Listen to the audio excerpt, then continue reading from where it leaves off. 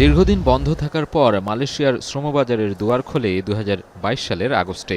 এরপর ২০২৪ সালের ৩১ মে পর্যন্ত দেশটিতে প্রায় ৫.৫ লাখ কর্মী পাড়ি দেওয়ার কথা ছিল। তবে শেষ মুহূর্তে টিকিট জটিলতার কারণে যেতে পারেনি প্রায় ১৮,০০০-এর মতো কর্মী।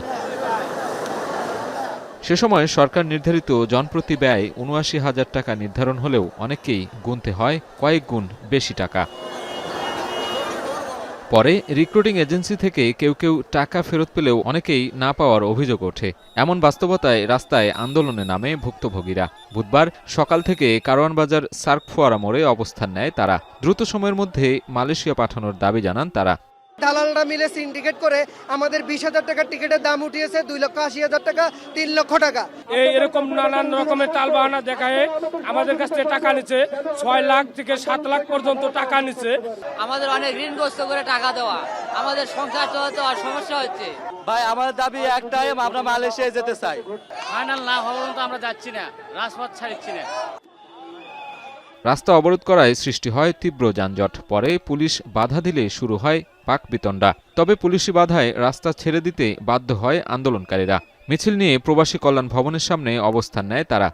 এখানে অনেকে আছে ৫.৫ লাখ, ৬ লাখ, মানে ৫ লাখের নিচে আমরা কোনো একটা ব্যক্তি আমরা টাকা দিই নাই। সবারই একটা ভুক্তভোগী হচ্ছে লেগে টিকিট নিয়ে ২ নম্বরই করছে। গত ২ মাস হলো আমাকে আবার মেডিকেল করাইছে যে রিপ্লেস ভিসায় তোমাদের পাঠিব, কিন্তু আসলে কোনো ভিসার মেয়াদ শেষ।